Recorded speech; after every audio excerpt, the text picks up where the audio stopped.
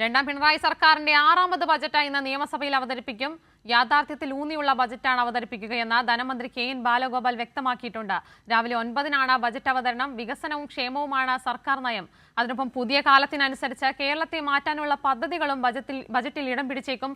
ഇപ്പോൾ വിശദാംശങ്ങളുമായി ഷീജ കൂടി ചേരുന്നുണ്ട്. ഷീജ, വരുമാന വർധനവിനപ്പുറം വികസനവും ജനക്ഷേമവും തന്നെ ഉറപ്പിച്ചായിരിക്കും ബജറ്റ് അവതരണം, അല്ലേ?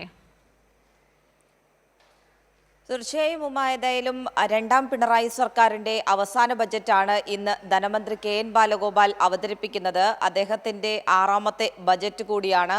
ഏതായാലും ഈ ബജറ്റിൽ കൃത്യമായ രീതിയിൽ തന്നെ യാഥാർത്ഥ്യത്തെ ഉൾക്കൊണ്ടുകൊണ്ടുള്ള ഒരു ബജറ്റ് അത് തന്നെയായിരിക്കും എന്നുള്ളതിൽ ഒരു തരത്തിലുള്ള തർക്കവുമില്ല. ഏറ്റവും പ്രധാനപ്പെട്ട കാര്യം LDF സർക്കാരിന്റെ ബജറ്റുകളുടെ ഒരു മുഖമുദ്ര എന്ന് പറയുന്നത് അത് ജനക്ഷേമത്തിൽ ഊന്നിയുള്ള വികസന പ്രവർത്തനം അത് തന്നെയായിരിക്കും ഈ ബജറ്റിലും ആ രീതിയിൽ തന്നെയായിരിക്കും പ്രഖ്യാപനങ്ങൾ പരിഗണനകൾ ഒക്കെ ഉണ്ടാവുക എന്നുള്ളതിൽ ഒരു തരത്തിലുള്ള തർക്കവുമില്ല. ഏറ്റവും പ്രധാനപ്പെട്ട കാര്യം സാധാരണക്കാരായ മനുഷ്യർക്ക് ലഭിക്കുന്ന ആനുകൂല്യങ്ങളിൽ അതിൽ കൃത്യമായ രീതിയിലുള്ളൊരു പരിഷ്കാരം അത് സർക്കാരിന്റെ പരിഗണനയിൽ ഉള്ള വിഷയം തന്നെയാണ്. അപ്പോൾ അതിൽ ആ രീതിയിലുള്ള ഒരു മാറ്റം ഉണ്ടാകും എന്ന് തന്നെയാണ് പ്രതീക്ഷിക്കുന്നത്. അതിൽ ഏറ്റവും പ്രധാനപ്പെട്ടത് എടുത്തു പറയേണ്ടത് ക്ഷേമ പെൻഷന്റെ കാര്യത്തിലും അതോടൊപ്പം തന്നെ റബ്ബർ താങ്ങുവില അതുൾപ്പെടെയുള്ള കാര്യങ്ങൾ. അതിനു പുറമെ കഴിഞ്ഞ ഒക്ടോബറിൽ പ്രഖ്യാപിച്ച് നവംബർ മുതൽ പ്രാബല്യത്തിൽ വന്ന നിരവധി ആനുകൂല്യങ്ങളുണ്ട്. അതിൻ്റെ അടക്കമുള്ള കാര്യങ്ങളിൽ കൃത്യമായ രീതിയിലുള്ള പരിശോധനയും നടത്തുന്നുണ്ട് എന്നുള്ളതാണ് നമുക്ക് മനസ്സിലാക്കാൻ സാധിക്കുന്നത്. അതോടൊപ്പം തന്നെ 2 പദ്ധതികൾ സംസ്ഥാന സർക്കാർ ആരംഭിച്ചിരുന്നു. ഒന്ന് സ്ത്രീ സുരക്ഷാ പദ്ധതി, മറ്റൊന്ന് യുവാക്കൾക്ക് വേണ്ടിയിട്ടുള്ള പദ്ധതി. ഈ 2 പദ്ധതികൾക്കും അത് കൃത്യമായ രീതിയിൽ നടപ്പാക്കി മുന്നോട്ട് പോകുന്നുണ്ട് എന്ന് ഉറപ്പാക്കുന്നതിന് വേണ്ടിയിട്ടുള്ള കരുതൽ അതുണ്ടാകുന്നതായിരിക്കും. അതിനൊപ്പം തന്നെയാണ് വികസന പദ്ധതികൾ. നിലവിൽ പ്രഖ്യാപിച്ചിട്ടുള്ള വികസന പദ്ധതികൾ കൃത്യമായ രീതിയിൽ നടത്തി മുന്നോട്ട് കൊണ്ടുപോകുന്നതിന് വേണ്ടിയിട്ടുള്ള നീക്കിയിരിപ്പ്. ഒപ്പം തന്നെ പുതിയ വികസന പദ്ധതികൾക്കും ഈ ബജറ്റിൽ ഇടം നേടും എന്നുള്ളത് തന്നെയാണ് നമുക്ക് മനസ്സിലാക്കാൻ സാധിക്കുന്നത്. അതിനൊപ്പം എടുത്തു പറയേണ്ടത് വിഴിഞ്ഞം അന്താരാഷ്ട്ര തുറമുഖം അതിൻ്റെ 2ാം ഘട്ട നിർമ്മാണത്തിലേക്ക് കടന്നിരിക്കുകയാണ്. അപ്പോൾ ആ വിഴിഞ്ഞത്തിന് വേണ്ടി പ്രധാനമായ ഒരു നീക്കിയിരിപ്പ് ബജറ്റിൽ ഉണ്ടാകും എന്നുള്ളതിൽ തർക്കമില്ല. അതുമായി ബന്ധപ്പെട്ടുള്ള അനുബന്ധ പ്രവർത്തനങ്ങൾക്ക് പ്രത്യേകമായിട്ടുള്ള മുൻതൂക്കം ഇതിൽ നൽകുന്നതായിരിക്കും. കാരണം ആ രീതിയിൽ വലിയ തോതിൽ വിഴിഞ്ഞം ഇതിനകം തന്നെ അന്താരാഷ്ട്ര തലത്തിൽ ശ്രദ്ധിക്കപ്പെട്ടിരിക്കുന്ന ഒരു സാഹചര്യം കൂടിയാണ്. അപ്പോൾ വിഴിഞ്ഞത്തിനും കൃത്യമായ രീതിയിലുള്ള ഒരു നീക്കിയിരിപ്പ് ഈ ബജറ്റിൽ ഉണ്ടാകും എന്നുള്ളതിൽ തർക്കമില്ല.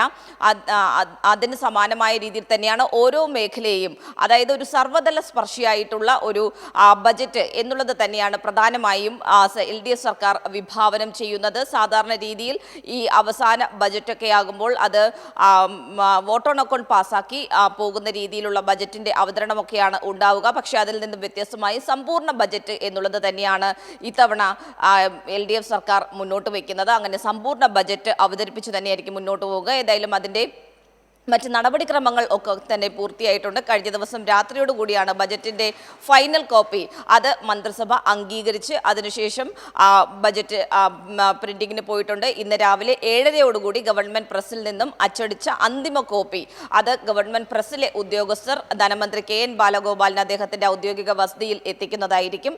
അദ്ദേഹം അത് പരിശോധിച്ച ശേഷമായിരിക്കും നിയമസഭയിലേക്ക് പുറപ്പെടുക. അദ്ദേഹത്തിൻ്റെ ഔദ്യോഗിക വസതിയിൽ നിന്നും കൃത്യം 9 മണിക്ക് തന്നെ ബജറ്റിൻ്റെ അവതരണം ആരംഭിക്കുന്നതായിരിക്കും.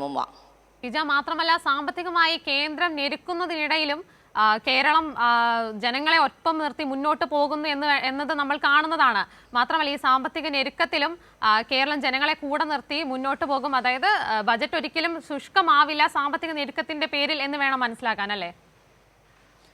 തീർച്ചയായും വലിയ തോതിലാണ് കേന്ദ്രം സംസ്ഥാനത്തെ സാമ്പത്തികമായി ഞെരുക്കുന്നത്. അത് കഴിഞ്ഞ 10 വർഷമായി അതിന് സമാനമായ രീതിയിലുള്ള നടപടികളാണ് സ്വീകരിച്ചിട്ടുള്ളത്. പക്ഷേ ഈ കേന്ദ്രത്തിൻ്റെ ഇത്രത്തോളം വലിയൊരു പ്രതിസന്ധി കേന്ദ്രം സൃഷ്ടിക്കുമ്പോഴും തനത് വരുമാനം വർദ്ധിപ്പിച്ചുകൊണ്ട് സർക്കാരിന് മുന്നോട്ട് പോകാൻ സാധിക്കുന്നുണ്ട്. അതിനെ അതിജീവിച്ച് മുന്നോട്ട് പോകുന്ന ഒരു നിലയാണ് നിലവിലിപ്പോൾ ഉള്ളത്. അതിൻ്റെ അടിസ്ഥാനത്തിൽ തന്നെയാണ് ഭദ്രമായ ഒരു സാമ്പത്തിക നില സംസ്ഥാനത്തിനുണ്ട് എന്നുള്ളത് കഴിഞ്ഞ ദിവസം ധനമന്ത്രി കെ.എൻ. ബാലഗോപാൽ തന്നെ കൈരളി ന്യൂസിനോട് വ്യക്തമാക്കുകയും ചെയ്തത്. ഏതായാലും ആ രീതിയിൽ കേന്ദ്രം വലിയ തോതിലുള്ള സമ്മർദ്ദം സംസ്ഥാനത്തിന് മുകളിൽ ചെലുത്തുന്നു. അതിപ്പോൾ വായ്പയുടെ കാര്യത്തിലാകട്ടെ വായ്പാ വിഹിതം വെട്ടിക്കുറയ്ക്കുന്നു, അതോടൊപ്പം തന്നെ സംസ്ഥാനത്തിന് ലഭിക്കേണ്ട ഗ്രാന്റുകൾ വെട്ടിച്ചുരുക്കുന്നു, ഫണ്ടുകൾ വെട്ടിച്ചുരുക്കുന്നു. അങ്ങനെയുള്ള എല്ലാ നടപടികളും കേന്ദ്രത്തിന്റെ ഭാഗത്ത് നിന്ന് ഉണ്ടാകുമ്പോൾ പോലും സംസ്ഥാനത്തിൻ്റെതായ തലത്തിൽ നിന്നുകൊണ്ട് വരുമാനം വർദ്ധിപ്പിക്കുന്നതിന് വേണ്ടിയിട്ടുള്ള നടപടികൾ അതിന് മുൻതൂക്കം നൽകിയാണ് മുന്നോട്ട് പോകുന്നത്. ആ രീതിയിൽ തനത് വരുമാനം വർദ്ധിപ്പിക്കുന്നത് കൊണ്ട് തന്നെയാണ് സംസ്ഥാനത്തിന് ഈ രീതിയിൽ പിടിച്ചു നിൽക്കാൻ സാധിക്കുന്നത് എന്നുള്ളത് തന്നെയാണ്. അതുകൊണ്ട് തന്നെ ഇനി വരും നാളുകളിലും ഇനി സാമ്പത്തിക തളർച്ചയുടെ നാളുകൾ കഴിഞ്ഞു, ഇനി സാമ്പത്തിക വളർച്ചയുടെ നാളുകളാണ് എന്നുള്ളതാണ് ധനമന്ത്രി സൂചിപ്പിക്കുന്നത്. അപ്പോൾ ആ രീതിയിൽ കൂടുതൽ വിഭവ സമാഹരണം നടത്തുന്നതിന് വേണ്ടി സംസ്ഥാനത്തിന് സാധിക്കുന്നതായിരിക്കും. പക്ഷേ ഈ സംസ്ഥാനത്തിൻ്റെതായ തലത്തിൽ വരുമാനം വർദ്ധിപ്പിക്കുന്നതിന് വേണ്ടിയിട്ടുള്ള നടപടികളിലേക്ക് കടക്കുമ്പോൾ അത് ഒരു തരത്തിലും ജനങ്ങൾക്ക് മേലുള്ള ഒരു അമിത ഭാരം എന്ന രീതിയിലേക്ക് ഉണ്ടാകില്ല എന്നുള്ള കാര്യം കൂടിയാണ് ധനമന്ത്രി വ്യക്തമാക്കുന്നത്. ഏതായാലും ആ രീതിയിൽ ഏത് വലിയ സാമ്പത്തിക പ്രതിസന്ധി കേന്ദ്രം സൃഷ്ടിച്ചാലും അതിനെ അതിജീവിച്ച് മുന്നോട്ട് പോകാൻ സാധിക്കും എന്നുള്ളത് തന്നെയാണ് സംസ്ഥാന സർക്കാരിൻ്റെ പ്രതീക്ഷ എന്ന് പറയുന്നത്. അതിൽ കൃത്യമായ രീതിയിൽ അതിലുള്ളൊരു ഉറപ്പ് അത് സംസ്ഥാനത്തിനുള്ളത് കൊണ്ട് തന്നെയാണ് ഈ ബജറ്റിലടക്കം നിരവധി കാര്യങ്ങൾ ഉൾപ്പെടുത്തിയിട്ടുള്ളത് എന്നുള്ള കാര്യം കൂടിയാണ് ധനമന്ത്രി വ്യക്തമാക്കുന്നത്. ഉമ, മറ്റൊരു കാര്യം, 1,25,000 കോടി രൂപയോളമാണ് കടം കുറച്ചത്. ഇത് ധനമന്ത്രി തന്നെ വ്യക്തമാക്കിയതാണ്. മാത്രമല്ല ആ സാഹചര്യത്തിൽ സാമ്പത്തിക അച്ചടക്കം പാലിച്ചുകൊണ്ടാണ് ജനക്ഷേമം ഉറപ്പുവരുത്തിക്കൊണ്ട് സർക്കാർ മുന്നോട്ട് പോകുന്നത്. ഷീജ,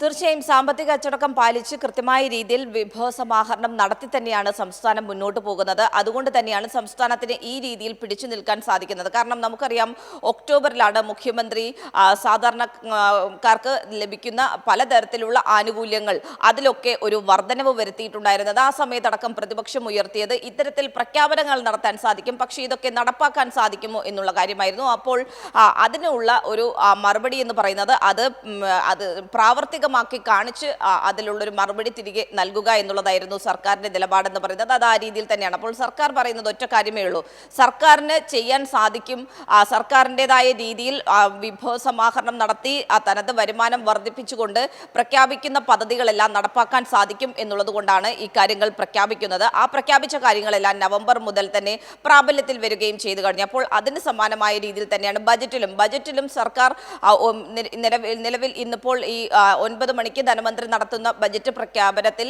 ഉൾപ്പെടുന്ന ഓരോ പദ്ധതികൾക്കും ഓരോ ആനുകൂല്യങ്ങൾക്കും കൃത്യമായ രീതിയിൽ തന്നെ അത് നടപ്പാക്കി മുന്നോട്ട് പോകാൻ സാധിക്കും എന്നുള്ള ഒരു നിലപാട് അത് ഉണ്ട് സർക്കാരിന് എന്നുള്ളതിൽ ഒരു തരത്തിലുള്ള സംശയവുമില്ല. അതിന് കാരണം എന്ന് പറയുന്നത് സർക്കാരായി ആർജിച്ചെടുത്ത ഒരു സാമ്പത്തിക അച്ചടക്കമുണ്ട്. ആ സാമ്പത്തിക അച്ചടക്കം പാലിച്ച് മുന്നോട്ട് പോകുകയാണെങ്കിൽ കൃത്യമായ രീതിയിൽ ഈ പദ്ധതികളെല്ലാം നടപ്പാക്കി മുന്നോട്ട് പോകാൻ സാധിക്കും എന്നുള്ളത് തന്നെയാണ് സംസ്ഥാന സർക്കാരിന്റെ വിലയിരുത്തൽ എന്ന് പറയുന്നത്.